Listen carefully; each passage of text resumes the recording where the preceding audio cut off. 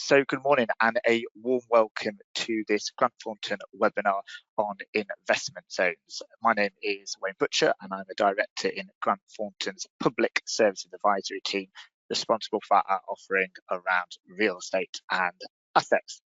A warm welcome to today's session, which is going to be delving into a little bit of detail on the investment zone policy, reflecting on what that potentially means for our clients across both the public and private sector, and then starting to delve into what next, what does this mean, and the implications that the policy potentially has for businesses across the UK. What I can also add today is we'll be joined by a fantastic panel, and they'll be exploring through a number of lenses, and I'll introduce them shortly. In terms of housekeeping, I appreciate people may be in the office working from home. Equally, I'm in the office, so please forgive us for any technical glitches that we may have throughout the session. What should also be noted is whilst the session is due to last between an hour to an hour and a quarter, if people can't stay for the full time, that is absolutely fine, as we'll be sharing a recording after the webinar via our follow-up communications.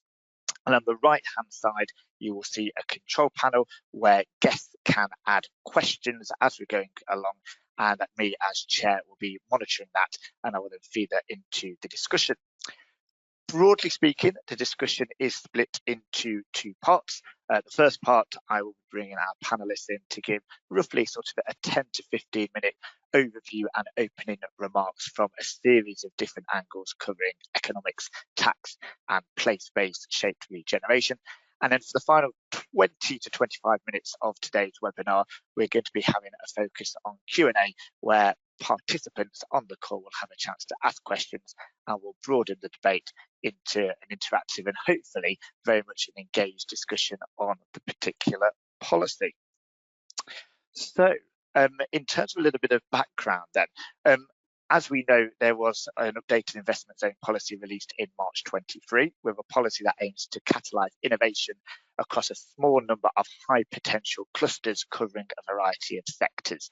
And following the initial reach out to authorities across the country, an initial shortlist of around 8 areas have been selected to co-design and develop further their ambitions in this area, covering geographies spanning the Midlands and the North. In terms of that co-design and development of what that investment zone opportunity may look like going forward, the focus is very much on structured solutions which look to use partnership across a variety of groups, which we'll explore during today's session, but noting that there is a range of tools, techniques and themes that will be key to articulating and unlocking success. We're going to be covering some of those mechanisms around how the private and public sector can get involved in the policy, but equally how the public sector can progress the policy in their own spaces. This will include the ability to create strong business cases, understanding subsidy control, and how the tax regime is going to shape how these investment zones develop going forward, alongside the implications to local government, but also how the private sector can take advantage of the policy. So that's a little bit of background, and if I can ask my fellow speakers to turn their cameras on, I will jump into some introductions. So we are joined by Shelley Horn and Abby Agopian, who are colleagues within Grant Thornton, and it is a great delight to also welcome Lynn Miles from the Greater Cambridge Partnership, who will be also giving her views based on some of the work she has been doing with her organisation, focused around delivering regeneration and development in their area. But without any further ado, I will move on to our first speaker, Shelley, who will obviously introduce herself in full and start to unpack the policy in more detail and what it means through an economic lens. So over to you, Shelley. Thanks very much, Wayne. Can you hear me, by the way? I just want to check that this is all working.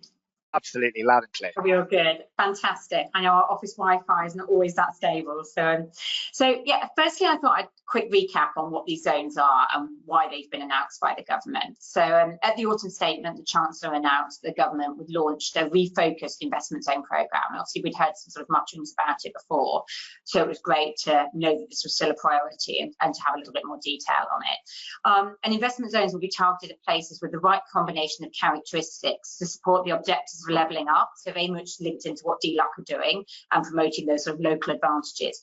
boosting productivity and encouraging growth. And let's be clear, this is about encouraging growth. We have a productivity gap with other European countries, other G7 countries, and we know we need to solve this productivity gap. And this is a great way of benefiting, so taking the benefits of levelling up that we've seen and actually also encouraging that growth.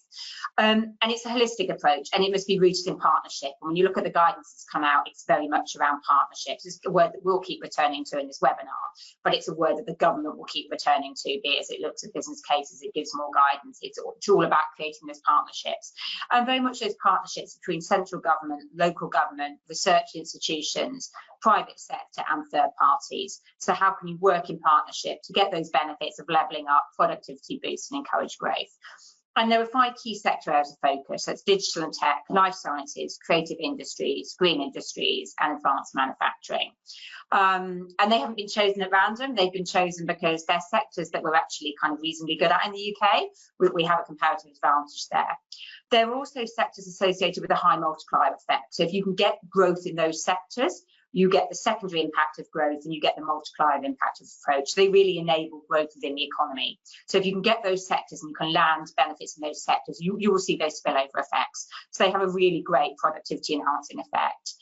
But they're also associated with externalities. So they're quite hard to get work up and running in, because ultimately, a lot of the investments you see in them won't be between the parties undertaking the investments. So it might be other generations. It might be you invest today, but a lot of the benefits you'll see are for generations down the line. Or it might be, if you think about the COVID-19 vaccine, we came together as a country to develop that vaccine, to roll it out. But actually, the benefits weren't to necessarily the producer. It wasn't necessarily to you and I having the injection. The benefit was to those that we protected into society, the economy, you know, the wider global impact. So it really requires that sort of policy intervention to internalise those externalities.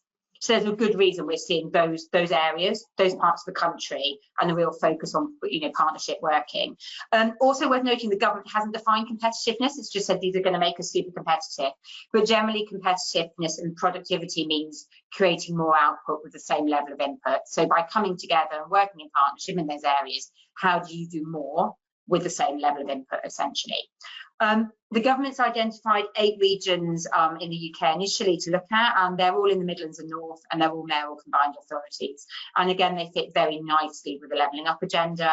And they're probably some of maybe the more advanced sort of authorities in terms of their coming together, their partnership working, etc. So they're great areas to sort of have an initial go at, but the government's very keen to sort of expand this, and there are obviously others that we know of that are having these discussions with the government, and I think the government is very open to sort of proposals from other regions that want to become one of these zones. So I would say, you know, keep putting those proposals in, and the government will listen. To become a zone, you get some great benefits. So the government will offer investment zones a total funding envelope of 80 million a year over 5 years. And that can be used flexibly between spending and a single 5-year tax offer, and it's scalable based on the number of sites. So you get 35 million of flexible spend, and that's split 40-60 between resourcing spend and 60% capital spend. And you can use it across a portfolio of interventions based on the specific opportunities within the cluster. There are some great tax incentives, which Abby's going to discuss later, but you can trade those tax incentives for a greater amount of spend. So if you'd rather be directly investing more, you can do that, but you're going to get less of the tax incentives. That's definitely something to consider, how that works for the area. And the government, as I said, is very keen to link this into the levelling up agenda, and it notes that, you know, any business case must demonstrate the sort of how it delivers benefits to the local communities. So if these partnerships are formed, there'll be a real need to sort of develop business cases for local authorities to look at the business cases and to show real value for money. And I'm just going to ask Wayne to just jump in around how we demonstrate some of this value for money. Thank you, Shelley. So obviously some really, really exciting plans in terms of the sectors that Shelley touched upon, the aim to get that spillover effect and some of the mechanisms that are being used to unlock and effectively grease these proposals to move forward and accelerate forward. But we can't get away from the fact that having a strong, robust business case and being able to demonstrate value for money, and actually the 80 million that Shelley touched upon is actually going to deliver the outcomes and the bang for your buck, which not only the partners, but actually the people who live in these areas are so keen to see. In terms of evidencing those benefits, what will be key to success here is ensuring that the costs are managed given the complexity of the stakeholder landscape.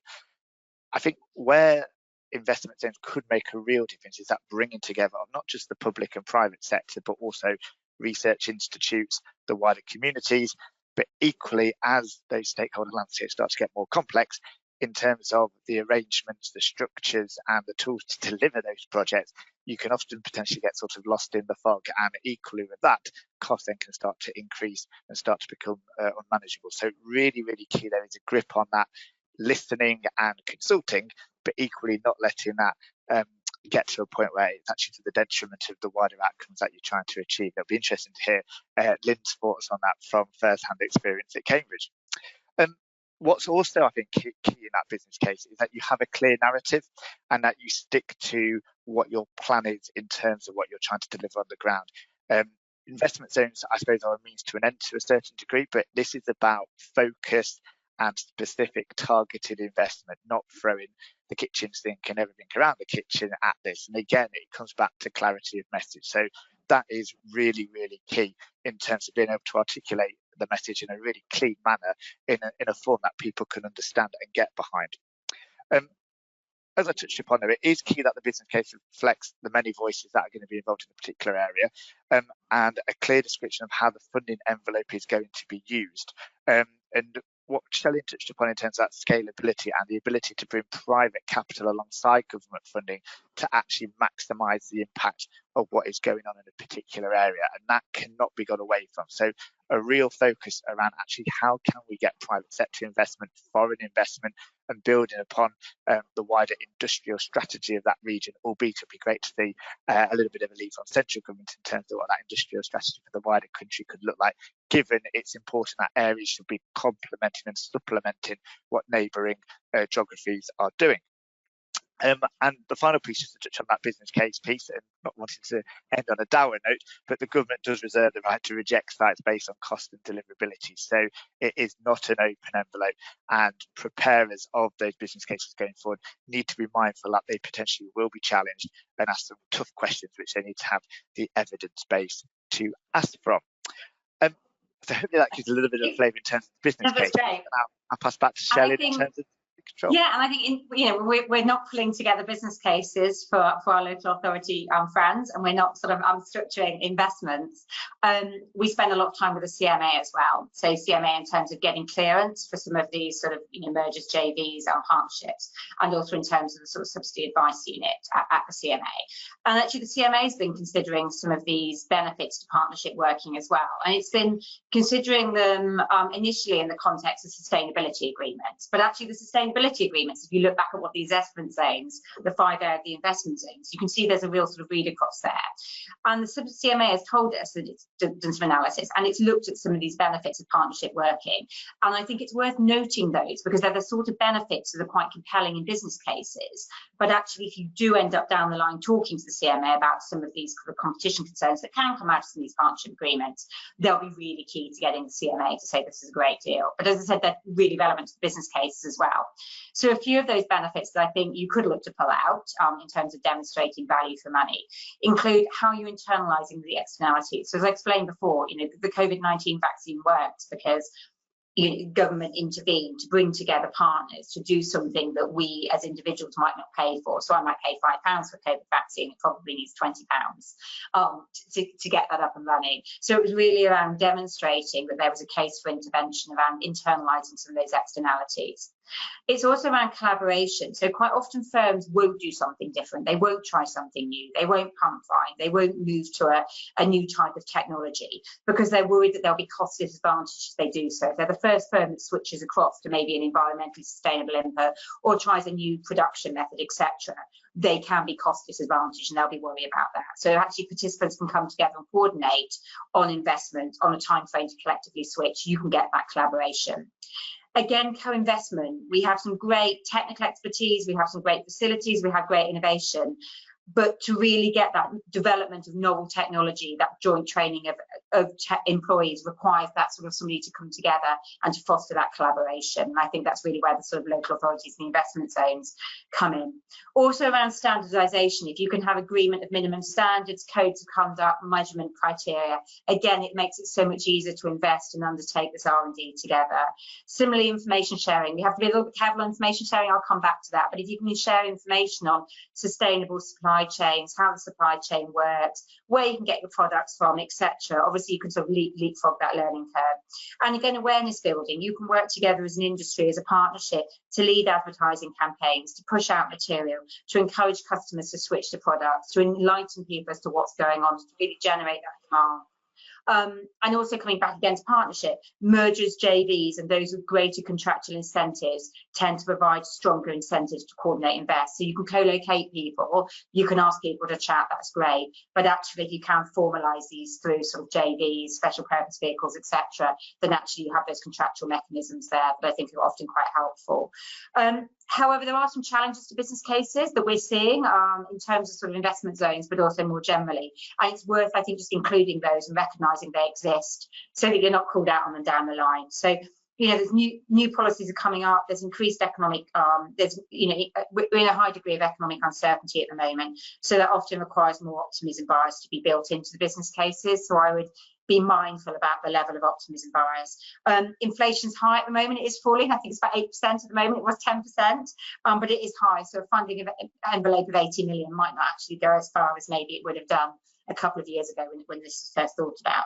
And also unemployment rates remain low. So we have quite a level of economic inactivity in this country. Unemployment rates remain low, and there are particular areas where there are skill shortages, and we know that skills are crucial to the development of these zones. So I think to be really aware of the local skills that exist in your economy, how you can make best use of what exists, but also think about how you can use the apprenticeship levy, how you can use other skills development programs, because actually access to skills will be really clear, be really crucial.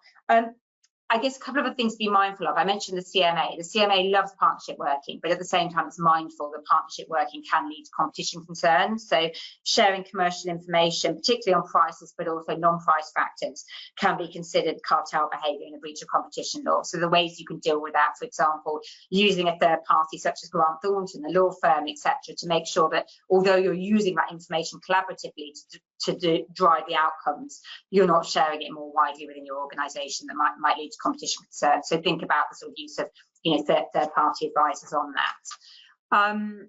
Also, partnership working can create some amazing new markets. So we've all seen the investments in batteries, in electric vehicles, in charging points on motorway stations, some really great new innovations that are really going to boost productivity and help the environment at the same time. But they do create problems. So the CMA has just completed an investigation into motorway charging points. I think the government had focused so much attention on electric vehicles, getting us all to take them, potentially hadn't realised that you had basically one key company that had basically put these charging points on all the motorway stations and was therefore charging rather a high price that was then driving down. So be mindful about the consequences of your action and these spillover effects.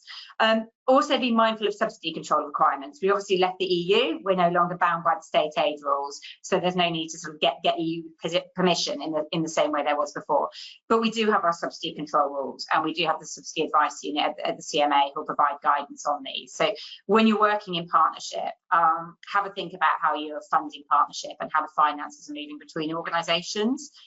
So there are 4 tests that mean it might be a subsidy. So it has to be given by a public authority on non-commercial terms, conferring a specific benefit that may impact trade within the UK or with the UK. And I think to the extent these investment zones are targeted around specific areas of the UK, they do have a high potential to impact trade within the UK. So be really mindful of subsidy control requirements.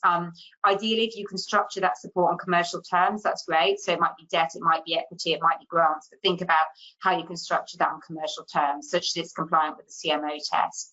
If you can't, that's absolutely fine, but you'll need to evidence it against the principles A2F and the Subsidy Control Act and really demonstrate why the market failure and the case for intervention outweighs any sort of competition and trade effects. And that's something we do regularly with clients. And in some cases, it might be tweaking the investment structure. In other times, it might be providing more evidence around sort of the economic benefits. And if there is a clear market failure, as I said, a real case for investment, you can normally evidence that, but just be mindful and sort of do that up front. The last thing you want is ending up a judicial review and finding out that you sort of have to claw the money back again. So I think for me, I thought it was a really great announcement. I think there's a really good opportunity here to bring together partnership working, or to promote partnership working, to boost economic activity, boost economic growth, and also sort of level up. So I'm quite excited about it. So I'm hopefully sort of Lynn's going to give you some great ideas on sort of how we can get going. No pressure, Lynn. Right, over to me then. Great, thank you. I assume you can hear all right, but yell if you can't. Hi everyone, it's really nice to see you. Thanks for inviting me to talk to you. My name is Lynn Miles. I have been working at the Greater Cambridge Partnership for about 6 months now. I'm the director of the City Access Programme, which is aimed at getting cars off the roads and improving public transport in the centre of the city. But I'm going to reflect mostly on sort of the Greater Cambridge Partnership's role overall, rather than on my specific programme. Before I was at the Greater Cambridge Partnership, I spent 3 years in central government as a civil servant, and in fact it is my former team who have brought forward the investment zone guidelines, although I'd left before they did so. But prior to that, I was at the Work Centre for Local Economic Growth and spent about 18 years in local economic development consulting. So sort of local growth and area-based policy such as this is kind of my background. It's probably helpful if I start off explaining the role and function of the Greater Cambridge Partnership. It is not an investment zone, but there are quite a lot of characteristics that are similar to the sorts of things we're talking about here. It is developed as partnership working, essentially. So it grew out of the City Deal, the first wave of City Deals that the government did with places. It was negotiated back in 2014. And the intention was to set up a sort of joint delivery unit that aimed to sort of deliver on the promises of the City Deal, which aimed to drive the growth of Greater Cambridge, and to do so in a way that pulled together 3 different councils, 2 districts and a county, with business and with the university to collaborate and sort of agree on priorities for growth in the area. And so that sort of working through the complexities and the joys of partnership working are what we've been doing for the last 7 or 8 years or so. 6 or 7 years, can't count. So first of all, sort of Cambridge is essentially an area that has in some ways the reverse of the challenge that some of the investment zones are supposed to conquer. They're not Cambridge isn't an area that is really focused on pulling up areas that have struggled. Quite the contrary, it's an area that overall is a sort of strong net contributor to UK PLC. It's got a really strong knowledge economy, loads of collaboration, loads of knowledge intensive work, highest level of patents outside of London. And so in some ways it's kind of, it's sort of more akin to London than some of the areas that the levelling up policy has put more focus on. But that does disguise quite significant levels of deprivation, as most economically successful places do.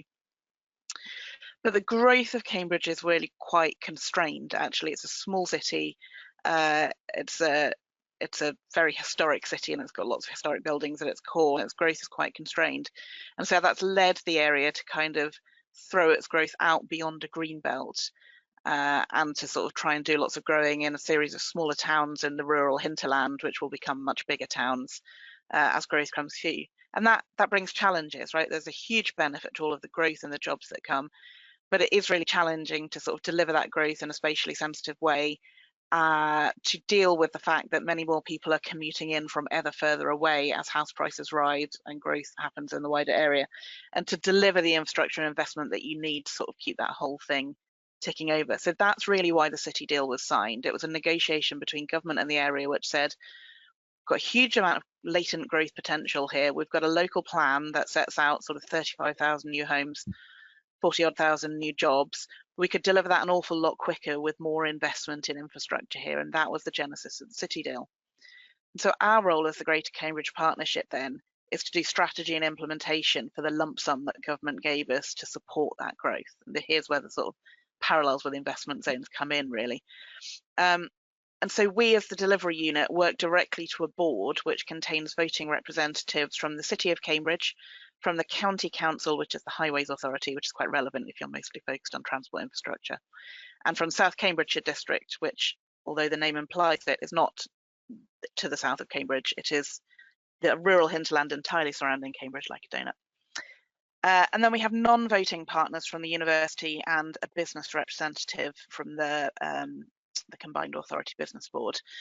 And that board between them have significant delegations to decide how to spend the City Deal funds and the match funding that comes in from developer obligations in their collective interest for the wider Greater Cambridge area. But there are some notable exceptions to that which sort of cause us some challenge from time to time, which I might come on to talk about. But finally to say, we are distinct from the mayoral combined authority for Cambridgeshire and Peterborough, which has a larger geography. The City Deal is focused on the city and its immediate hinterland. So we like to refer to our rich governance environment in the area, which is sort of one of the things I guess people bidding for investment zones might need to think about. I know that they're all intended to be within MCA areas, but whether overlapping with other areas or whether bringing other partners on board, thinking through the governance and how that's set up is probably quite a helpful thing to do. So I suppose I'll come to just sort of observe a few lessons from us, and that is the first one. It's just that although we're not an investment zone, I think we've got some helpful observations from our experience. And the first one is just it can be quite difficult taking decisions in a collective interest across a wide geography where you've got multiple councils, and sometimes individual areas' priorities sort of need to be subsumed in pursuit of the long-term interest or the greater good. That's just genuinely a really difficult thing to do for politicians often, and so that's worth being aware of and thinking how you handle.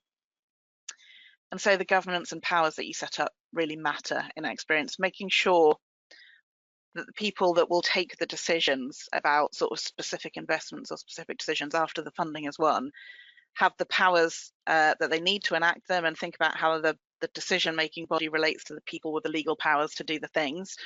I think in our experience, the sort of shared vision of future direction and travel is easy enough to set the headlines out at bid or business case stage. You know, you can say some very warm words about your collective shared vision, but at some point you get from that collective shared vision to the point where you have to take some tricky decisions, and having the incentives that align with the people that have the decision-making power is quite important by that.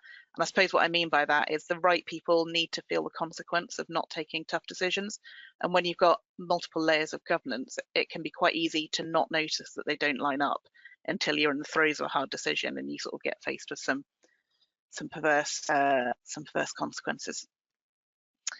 So I think I would counsel getting as much specific agreement up front as you can at bidding stage. Be really clear about what you do and what you don't want to do, and any of the hard choices about where is this investment happening, you know, what will we do here? Is there a difficult policy decision to be taken?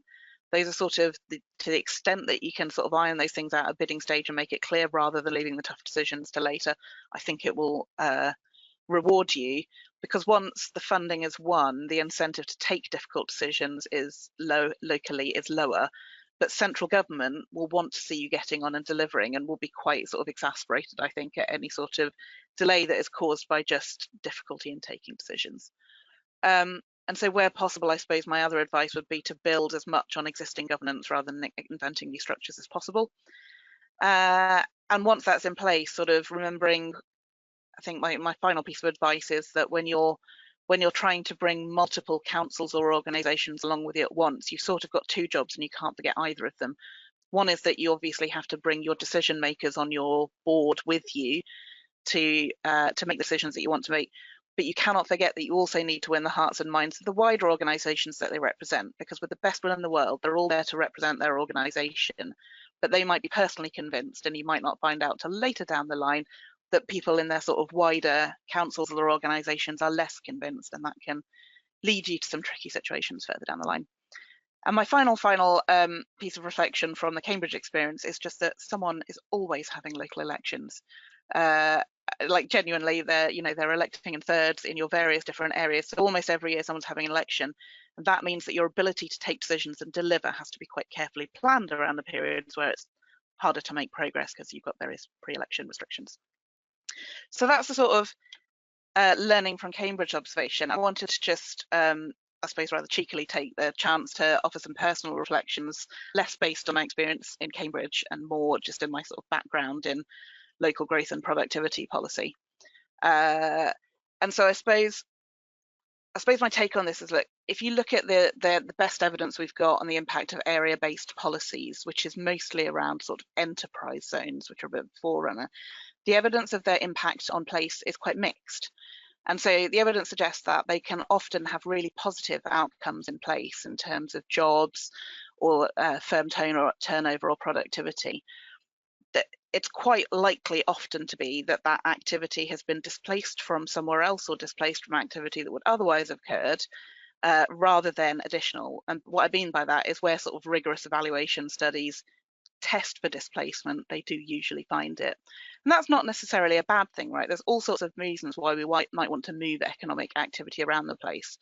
And if you're like really selfishly, if you're a place, you don't care very much if you steal your activity from another place, but you probably do care if you're moving it around within your area. And so I think the policies that set out is quite well designed to try and avoid that as much as possible, in the sense that it sort of treats whole areas as zones rather than focusing too much on a red line, but the tax zones would be a sort of small red line type zone. And so that would be where my caution would be about displacement. But the strongest evidence for the positive impact of these sorts of zones comes from the US, actually.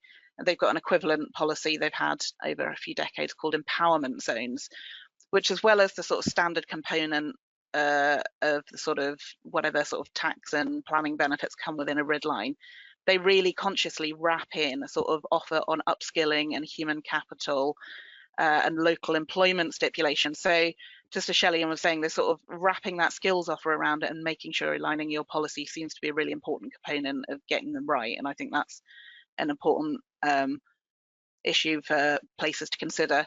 So your tax colleagues might disagree with me. I'd be really interested to see where the conversation goes, but my gut feeling is that the tax element of this is probably going to be less important in delivering additionality in terms of economic growth than the other elements, for all of those reasons, really. I think the tax, we know surprisingly little about what factors drive business location and investment decisions, particularly for sort of footloose international firms. But it seems to me quite rare that the marginal tax gains of these sorts of zones are the decisive factor in a firm's decision whether or not to invest in the UK. And intuitively, it seems like if those decisions could be swayed by relatively minor tax breaks, they're unlikely to be sticky beyond the lifetime of that incentive. And sort of the world is littered with firms that have moved for a tax break and moved on when it's gone. But they might be the definitive driver of where to invest in the UK. So it's kind of worth bearing that in mind. I think government will be looking for evidence that you're really going to be additional and then not just going to be moving activity around the UK. So I think for places thinking about how you can demonstrate that additionality rather than displacement will be a really core thing. And I think there are a handful of ways you can do that. And this is entirely a personal comment, but looking at how the policy prospectus has been written up, I do think that they've tried to design the policy in that way.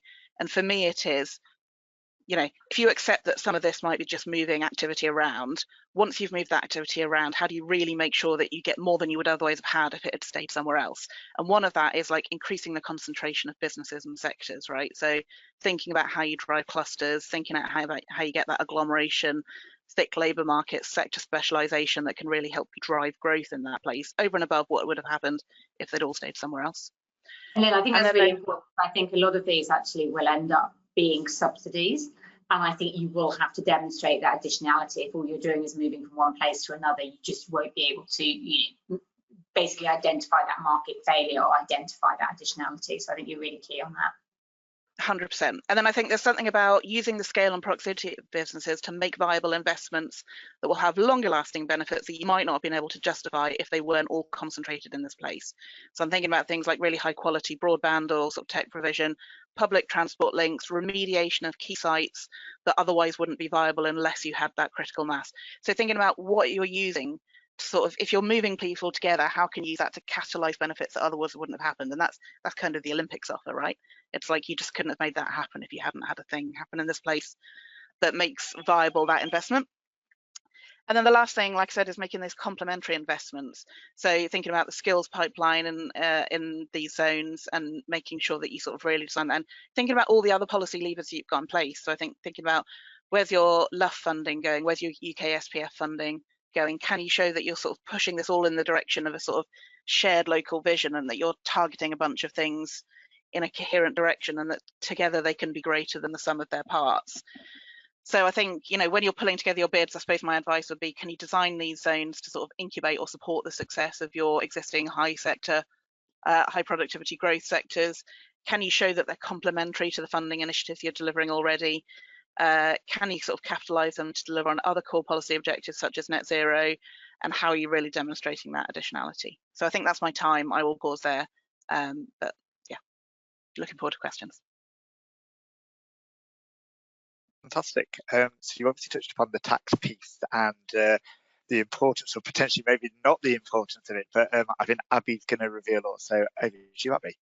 Yeah, thank you, Wayne, and good morning, everyone. So to introduce myself, I'm the Head of Tax Policy here at Grant Thornton. So my role is very much focused on analysing the latest tax policy developments and what these changes will mean for clients and the behaviour it can drive. And as has been mentioned here, what's really interesting with the investment zone policy is this flexibility over how the funding envelope can be utilised between direct spending and tax incentives, with of course the offer for the tax incentives to be optional.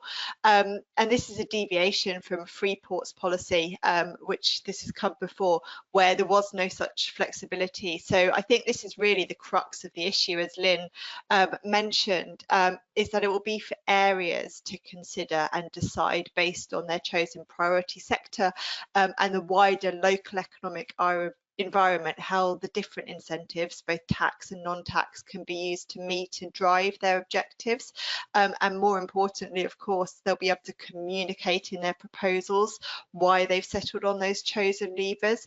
And I'll talk shortly on some of the factors to consider here. But first, I just wanted to take a brief sort of step back and a recap on what the actual tax offer is. So if areas decide to include tax sites within their investment zone offer, what this enables is a package of tax relief and incentives available to businesses located on specifically designated tax sites for five years. So it is a temporary offer.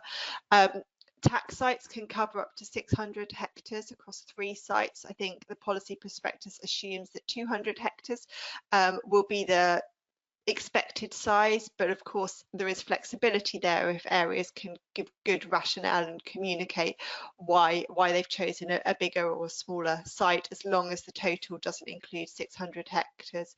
It's also expected that where they include tax sites, that will form a core of the investment zone proposal, and that they will be located on underdeveloped land, given the tax incentives are there to encourage new activity and land development. So that will be really key if areas do decide to proceed with those tax sites, is identifying the right area and the land, and that it meets the requirement for those sites.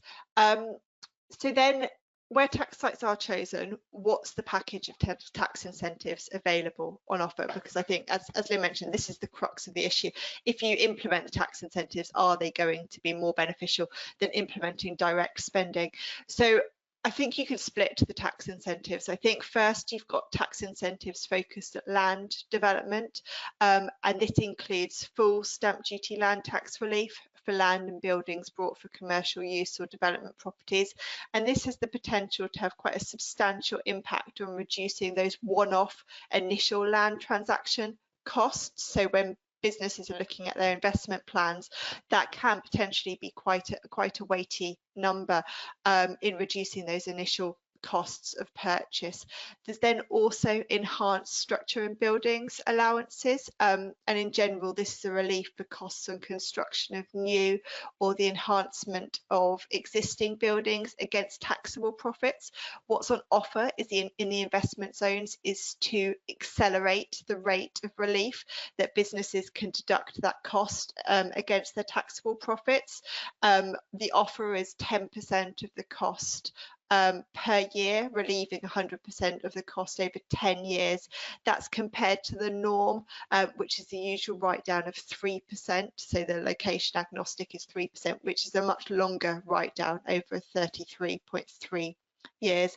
And then finally, on this incentive to invest in land is 100% relief from business rates on newly occupied business premises or certain existing businesses where they expand in English investment tax zones. I would note that business rates is a devolved tax, so it will differ elsewhere. And why is this important? Because business rates is charged effectively on the value of the buildings and its integral features. Removing the charge to business rates can alleviate some of that disincentive to invest in the longer term, because business rates, of course, is an ongoing cost. One point I did want to draw out is this is separate from the business rate retention part of the proposal. That's a different measure which enables investment zones to benefit from 100% of the business rates growth over an agreed baseline for 25 years. And of course, that's funds for that investment zone in the local area to reinvest in other policies. There's then investment incentives for plant and machinery in the form of enhanced capital allowances. What this means is that companies can deduct 100% of the cost of qualifying expenditure on plant and machinery assets against their taxable profits in the year of expenditure. Again, similar to enhanced structures and buildings allowance, it's reducing their corporation tax payable, but again it's another acceleration of relief, so they're seeing more of the benefit owner tax saving up front rather than it being spread over a longer term. And I think here there has been quite a lot of economic literature that's looked at the impact of what you'd call full expensing, so where you can relieve 100% of the cost upfront, and how that can play into investment zones and the viability of those. I'd also note, because it will be a temporary boost, so for 5 years, it's time limited, so that does have the impact of encouraging investment more in the early startup years. Though whilst generally capital allowances are available at a rate of 18 or 6% per annum, depending on the nature of the assets, with the first 1 million of expenditure being 100% deductible where it qualifies. And I would note there's a set of case law and tax law where you've got to determine what qualifies and what doesn't. At spring budget, the government did announce temporary full expensing. So currently all businesses on qualifying plant and machinery are getting 100% deduction, and that's a location agnostic relief where it's on qualifying plant and machinery. So that will dampen to an extent part of the investment zone proposal, though it is important to note that the spring budget announcement only gives 100% relief for main rate plant and machinery. There's also a special rate category, so that's on things such as your integral features where the rate is only 50%. So there remains some differential there. And with funding for investment zones expected to commence in FY24-25 is what's envisaged in the policy document. If the full expensing policy isn't made permanent, of course the investment zone offer will last for a longer time frame, but I would just flag that the government, when they made that announcement, did indicate that they hoped to make it permanent in the future if fiscal situations allowed, and Labour have also given positive signals, obviously no firm commitment to support similar investment boosting policies as well. So I think that's really key, is looking at what the investment zone offers compared to what is potentially available for businesses more broadly.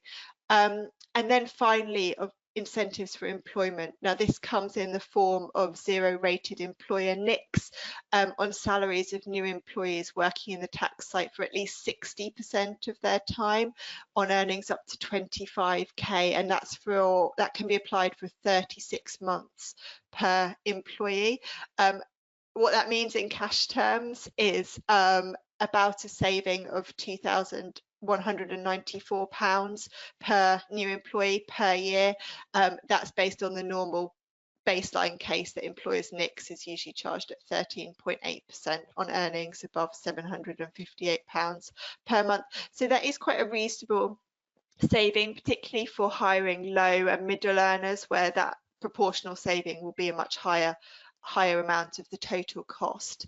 So that's a brief overview, but I think what's really key and where the work now needs to be done is for areas to carefully consider those incentive mixes and how the different incentives, as I mentioned, can drive investment and growth in the areas compared to direct spending options that are available. The policy prospectus in section 4.12 does give some indication of what central government is looking at in this regard. And so some of the key things that areas should be considering, I think firstly is the nature of the chosen priority sector and the vision for the investment zone and what they want to achieve. They need to consider whether those tax levers are the best levers available to encourage that activity. Drawing out that a lot of those tax levers, as I mentioned, are focused towards capital investment. There's no direct R&D tax offer, for example, or enhanced direct tax offer in investment zones.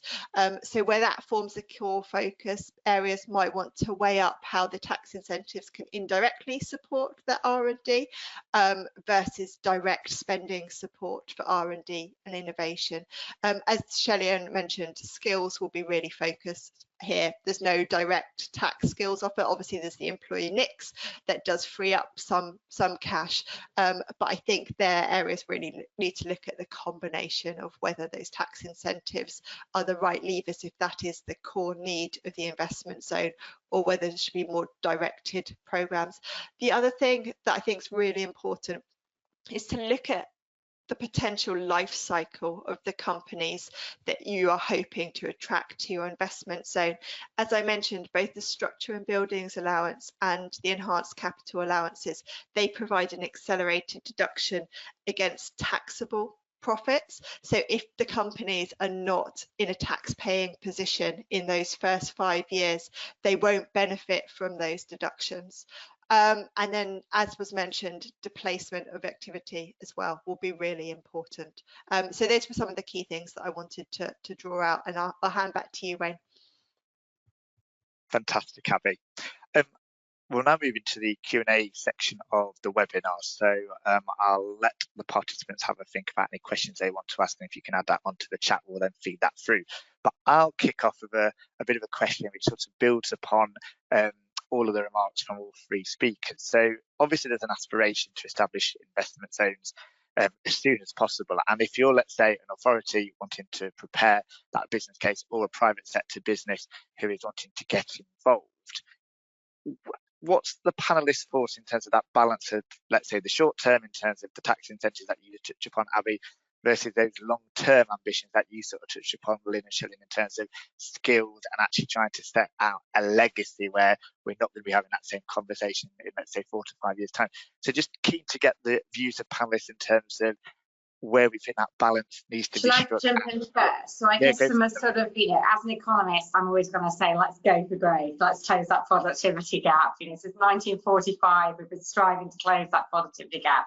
So I'm always going to say go for growth. And I think there's a real opportunity to build on what we've done with levelling up and really look at how we can stimulate local economies. So I understand these are sort of short-term tax policies, but I think if we invest in skills development, we really look at bringing that partnership working together. We look at the R&D, those sectors. I really think we can have long-term ambitions. So I think it might be around a business case for sort of 5 years. But if you can get those partnerships up and running, you can get that skills development, you can essentially think of this as pump priming.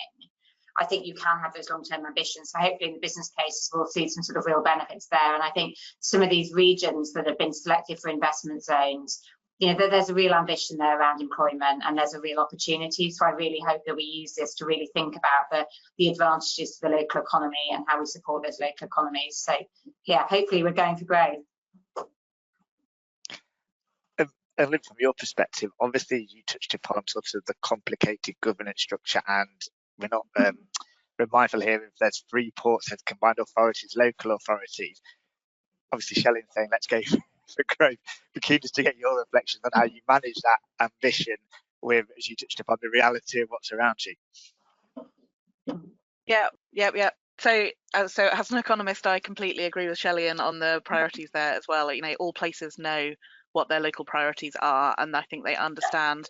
You know, they all have a different mix of existing conditions, and so the answer will be different in different places, but it is about focusing on what will drive productivity and growth, which is often investing in sort of skills in R&D and in the infrastructure you need to make that work.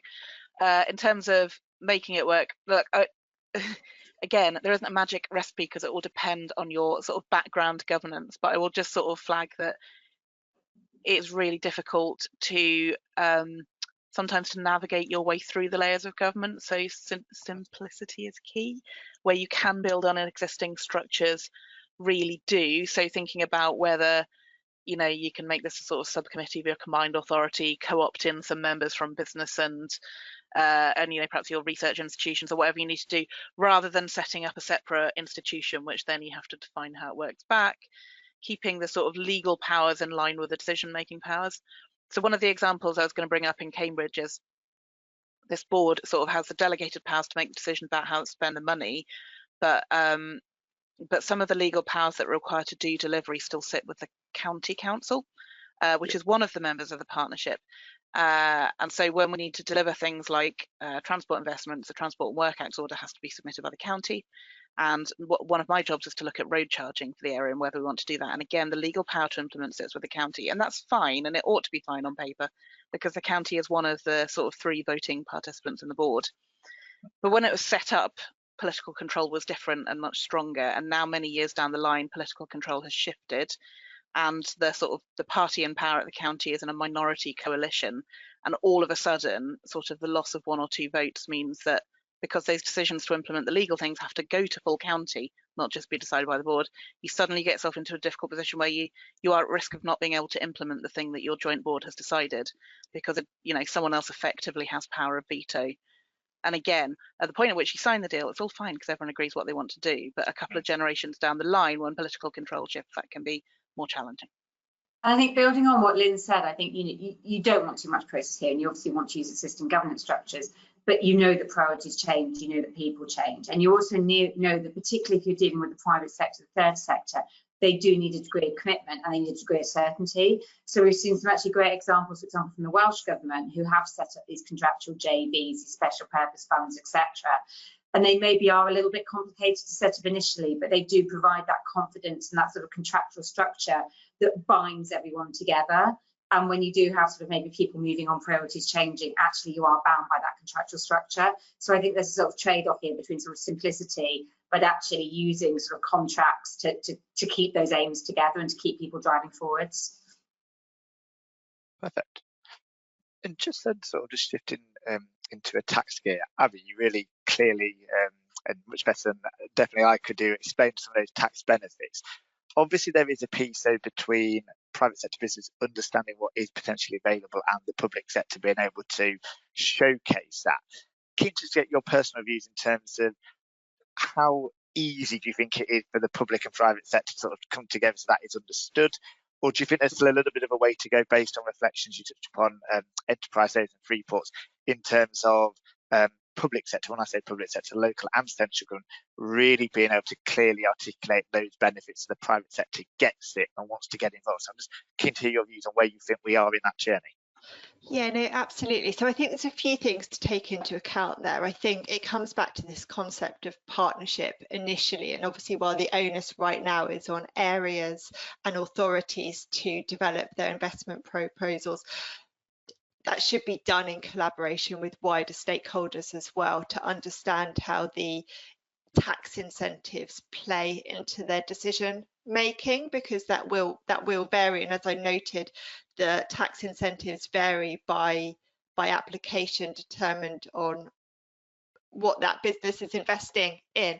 So they will all have different priorities over those tax incentives. In terms of communicating what is available, I think that is a challenge. Again, it will vary between businesses, because larger businesses will have in-house tax teams and be quite knowledgeable about these incentives and have the ability to map it out, whereas for much smaller businesses there might need to be more of an example case basis. One of the things I would note is in terms of wider government support, the policy prospectus has said that HMRC will support areas and businesses in communicating what is available, but I do think that communication is key, because if nobody knows about the incentives, then they're not going to play their role correctly. Perfect. There is a flurry of questions. So the question asked around what can we learn from other funding opportunities, levelling up Devo deals, reports. I think we've covered the majority of that, but jump in, fellow panelists, if there's anything else you want to add. I suppose the next one then, the incentives and funding from the government will be just part of the overall investment needed to deliver investments, and what opportunities you see to close the funding gap. And I'll sort of jump in with some initial remarks, and then I'll let colleagues jump in to add. I think what is interesting, as we touched upon, £18 million can sound a lot of money, but when there is a big ambition, that quickly then can sort of be broken up, and actually it doesn't look as large when you start to allocate that against a series of different projects and programmes. One of the key things I think what is really important is actually how you work with partners to drive further private sector investment, and recognising that actually the decision making around where you do invest at what point in time and to the scale is really key. And I think pretty sort of two parts linking on from that: the piece around understanding who your partners are and what they are trying to achieve in the short, medium and longer term, recognising some of these projects won't necessarily deliver benefits in the very short term, which often can be the desire from some groups. And I think in terms of the other piece, that piece around how you unlock patient capital, we know there is a lot of capital out there with those institutional investors, the likes of Legal & Generals, the Avivas of this world. They are keen to invest. So I think actually going to these types of investors, examining and explaining what you're trying to achieve, and almost sort of seeking ideas from them. One thing I think I've definitely noted is you don't need to have all the ideas ready-made, and actually people are wanting to help. So that is a really sort of key perspective what I've seen, and I know there's lots of investors and institutions out there who are keen to get involved. So ask that question and see where they get to. Bear with me, there is another flurry of questions. So a follow-on question: for those who submitted an expression of interest in September 22 but haven't been shortlisted, how can those authorities look to take those opportunities forward and access funding and support to deliver? So I'm going to be a bit mean and pick on you here, Lynn. Just from as with the public sector perspective, where something hasn't been successful first time round, what would your sort of personal reflection there, if you've been in a similar situation where it hasn't quite worked, in terms of how to sort of drive forward and get it the second time round? Yeah, well, I think it's difficult, that, and I think, you know, there is a sort of the whole culture of sort of local government having to bid for various pots of money at various times with various different rules is just really challenging, isn't it? And I know that from both sides of the story.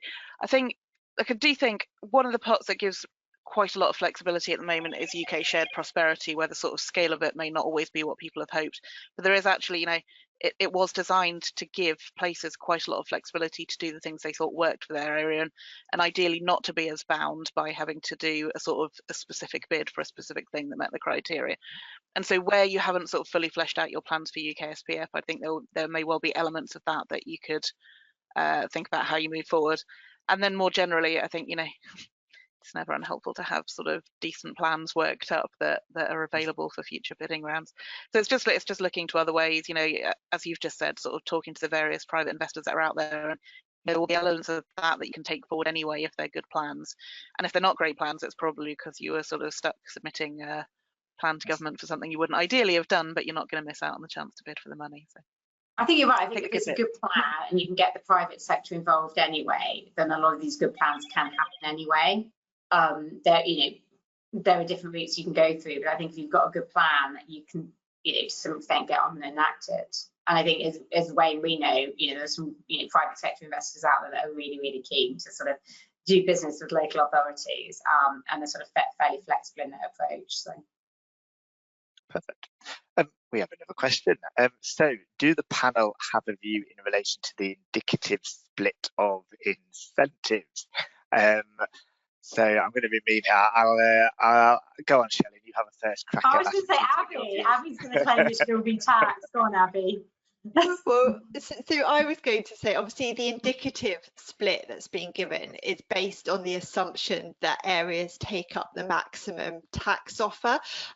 So I'm not necessarily sure that I would say that is a guide. I think that is what is expected if areas do decide that those tax incentives are the right levers to use for what they're trying to achieve. So I think this is sort of no clear answer, but I think it needs to be bespoke based on areas, based on their chosen sector or chosen priority sector and the local economic environment of what they need to deliver for their plan. So I don't think there's one size fits all in this regard. No, I agree. I think it's really around engaging with businesses, local businesses, and understanding what is most likely to want them to participate in this and what is most likely to get businesses to move into the area. And in some cases, we know it's tax breaks, although as Lynn said, the sort of the evidence on tax breaks is actually more limited, where actually if you push maybe more into sort of apprenticeship training, use that money maybe more flexibly, you might have more of an impact. But I think it very much comes down to working with your local stakeholders and really understanding what's going to turn the dial. Yeah, I'd add to that actually. It's like a little bit of a diagnostic, right? I think some of the things that places ought to be thinking to themselves is like, basically, do I have a supply side problem here or a demand side problem? And you know, maybe if your demand is very weak, then tax incentives are the way to give yourself a little kickstart. You know, in somewhere like Cambridge, it is more often a supply side problem. You know, we just can't sort of accommodate the growth, and that leads to sort of lower productivity than you might like. And then there's a different set of things, and that will vary within areas as well as between them. Fantastic. There is another question. So this one is definitely for you, Shelley, because it relates to subsidy control. So we're developing a business case, particularly relating to the reference of economic displacement. Are we seeing that applicants are facing any particular challenges from the prohibition set out in the Subsidy Control Act 2022 relating to subsidies contingent on 1, the use of domestic goods services, and 2, relocation of activities? And if so, what strategies are being employed to address these challenges? Yeah, so I guess, yes, we are seeing constraints. The first thing is if you can structure the support so it's not a subsidy, you don't essentially have to comply with the Act. So really think about how you're structuring it in terms of debt equity, the rate at which you're putting debt in at, you know, can you structure things slightly differently? And I think quite often there are innovative ways to structure these such that it isn't a subsidy to begin with, it essentially passes the CMO test. Also, if you're applying if you are going down the balancing test, so you are sort of saying, does the market failure sort of warrant intervention in such a way that the benefits of intervention outweigh the costs? Do everything you can to sort of maximise the benefits and lower the costs. So if you're, I don't know, we're working with a client recently rolling out a big sort of train testing site. That train testing site, as you're investing in it, make sure that it's not undercutting other local economies. So it's not displacing activity by undercutting, and that it's open to business for everybody. So again, try and make what you're investing in as competitive as possible. So it's not undercutting other regions, and it's not being seen to distort that sort of local economy. So it's sort of having the least competition distortionary effects you can. And there are quite a few measures you can put in there. But ultimately, yeah, if you're moving activity from one to the other, you have to demonstrate that you're doing it in a way that, as I said, limits the impact on competition as much as possible and maximises the benefits. And it might be that there's something specific about your environment that means that the benefits of that intervention will be greater. So it might be because you're now putting, as I said, A and B together, that you're now creating something greater than the sum of the parts. So you really need to demonstrate that. And I think that's what these zones are doing. It's all about partnership, and it's all about how you put these different types of organisations together, so you're generating something that is genuinely going to have growth effects and is genuinely greater than the sum of the parts. So I think it comes back to demonstrating essentially that yes, it is displacement, but it's more than displacement. Hopefully that has answered the question. And we can obviously help on that, exactly. So please do reach out. Always great to have a chat. Exactly, and from a real estate perspective, I've come across quite a few examples working alongside Shelley in the last sort of 12 months or so. So please ask the question, because sadly it's not a straightforward yes or no answer. I think just whilst I'm waiting for any final questions, I'm just going to sort of open up to the panel in terms of, if you had one major hope that investment zones are going to achieve, what would you hope that's going to be? And I'll let whoever wants to jump in first go first. So I'm really hopeful. So I'm going to say I'm really, really hopeful that they will achieve something. And I think we know that when you bring people together and you create these partnerships and you bring together skills with R&D, with technology, and you create these partnerships, we know that they can generate growth. You know, we know that they can have a really productive effect. So I'm really, really hoping that we're bringing together the right skills, the right technology, and we're making it as easy as possible to really get these partners together and really see some innovation. So I'm sort of hopeful that we might actually see these R&D impacts. I'm really hopeful we might see some growth, and I think it'll be just great for the local economies if we can achieve that. I think some of these, where some of these zones are, you know, that they bring a lot of hope. So I'm really optimistic, and I really hope that we are going for growth, and I really hope these sort of chosen zones really see the benefits of it. Avi, do you want to go next? I'm ever the optimist, Wayne, as you know. So. Yeah, so I would just draw out, I think it's that levelling up objective, and also from a tax perspective as well. What I'm hopeful for is that we see the additionality of the tax incentives when they are implemented. So it's not just the 45 million that we get back, but that we get back far more than that in terms of boosting investment and ultimately growth at the long end of that. Lynn? I'm going to do two things. So my first thing is that one thing that local government can do much better than central government is to sort of break down the silos between policy areas, right, and really act in place. So central government, Whitehall is terrible at sort of pulling the link between skills policy and technology policy and spatial policy and all that, and you can do that in place. So I would just really urge, you know, this is sort of the opportunity for places to think, if we have one goal, if we really want to grow, I don't know, our video games cluster or whatever it is, like let's align our skills policy to that. Let's make sure FE is sort of really focused on that. Let's get everything kind of like, what if we threw all of our policy levers in one direction? And that's about more than just the funding of this zone. This is about thinking about how you set out a plan that you sort of focus a load of things out, and this funding is one element of that. But actually, honestly, the ability to sort of coordinate people towards a single goal is sort of bigger than that, right? So that's one thing. And then the second thing is just that in terms of the sort of tax and regulatory offer and all of that and what goes on in a place, I quite like to think this is a bit of a trial period, right? Because ultimately, if these things are worth doing and they generate growth, you should do them everywhere, not just in investment zones. But they're quite high risk and they're quite expensive things for the Treasury to do. So let's like work out, do these things work? Can they generate additional growth, not just moving growth around the country? And if so, that's a pretty good case to think about what we can do to drive productivity all the way across the UK economy, not just in these zones. Fantastic. I can see a few people are just starting to drop apologies as we've gone past 12 o'clock. So if I'd sort of just jump into sort of final remarks. So I think from today's webinar, I think excitement is probably one of the things I've definitely noted in terms of actually places taking hold of their own destinies, the ability to bring partners together, and actually that flexibility around funding and some of the different ways that funding can be brought together to achieve a cocktail of solutions which hopefully is going to deliver those high skilled jobs on the ground, economic growth, and actually really benefit in those areas where people don't have to say to get on you need to get out, and really breaking that tradition of that particular message, which we know is in many of these areas, which are the first 8 to develop and co-design their investment zone plans. However, I think one thing we have realised coming out of today's webinar is this is not without risks. Optimism bias, inflation, that continues to be sort of core points which need to be considered alongside that wider piece on subsidy control and competition, and making sure we're not stepping out of line in regards to those mechanisms. And I think one of the final thing which I really wanted to sort of focus on is what we're trying to do in a particular area. It can't just be a headline. It has to be a compelling business case with a specific need and case for intervention in terms of the particular sector that particular area is looking to develop in order to drive not just the short-term benefits, but those medium to longer-term benefits, which are going to be sustainable in an area for years to come. So with that, I would just like to thank everyone who has joined us online, and a big thank you to our panellists, Shelley, Abby and Lynn. In terms of the follow-up, we will be doing a written follow-up which will be going out to all participants. And if there is any questions going forward, please do not hesitate to contact any of the Grant Thornton team. But thank you for your time today and good afternoon.